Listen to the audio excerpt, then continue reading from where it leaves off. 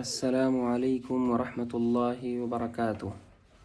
ناظرین، اللہ رب العالمین نے فرمایا وَلَا تَهِنُوا وَلَا تَحْزَنُوا وَأَنْتُمُ الْأَعْلَوْنَ إِن كُنتُم مُؤْمِنِينَ، یعنی تم نہ تو کمزور پڑو اور نہ ہی غم کرو۔ وَلَا تَهِنُوا وَلَا تَحْزَنُوا وَأَنْتُمُ الْأَعْلَوْنَ، اور تم ہی سربلند رہو گے۔ ان کنتم مؤمنین، اگر تم مومن کامل رہے تو، اگر تمہارے اندر ایمان مضبوط رہا تو تم ہی سربلند رہو گے۔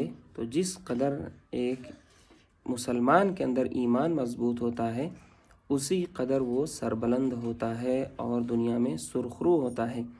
اللہ رب العالمین نے ہمیں اس آیت کریمہ میں دنیا کے اندر سربلندی حاصل کرنے کا ایک اہم نسخہ بتا دیا ہے کہ ہم اپنے ایمان میں مضبوط ہوں۔ جس قدر ہمارا ایمان مضبوط ہوگا اسی قدر ہم جو ہے دنیا میں سربلند ہوں گے اور سرخرو ہوں گے۔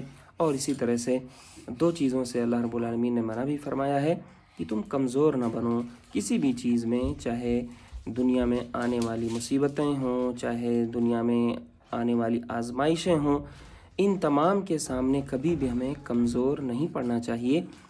تو ہمیں ایک چیز کمزوری سے دور رہنا چاہیے، ہمیشہ اپنے اندر طاقت و قوت جمع کرنا چاہیے، چاہے وہ جسمانی طاقت و قوت ہو، جیسا کہ اللہ کے رسول صلی اللہ علیہ وسلم نے فرمایا المؤمن القوی خیر واحب الی اللہ من المؤمن الضعیف۔ یہ ایک طاقتور مومن کمزور مومن سے زیادہ بہتر ہوتا ہے، اس کے اندر زیادہ خیر ہوتا ہے۔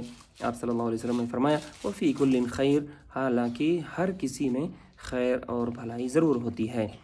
تو چاہے جسمانی کمزوری ہو، اسی طرح سے معاشی کمزوری ہو، سماجی کمزوری ہو، سیاسی کمزوری ہو، ہر طرح کی کمزوری کو ہمیں دور بھگانا چاہیے۔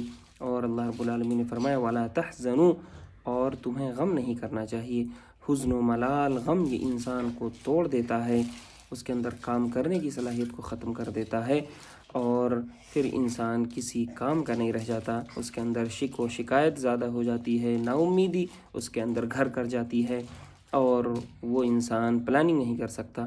لہٰذا ہمیں جہاں کمزور نہیں ہونا ہے وہیں ہمیں غم سے اور حزن و ملال سے اور بہت زیادہ شک و شکایت سے، نا امیدی سے بھی ہمیشہ دور رہنا ہے۔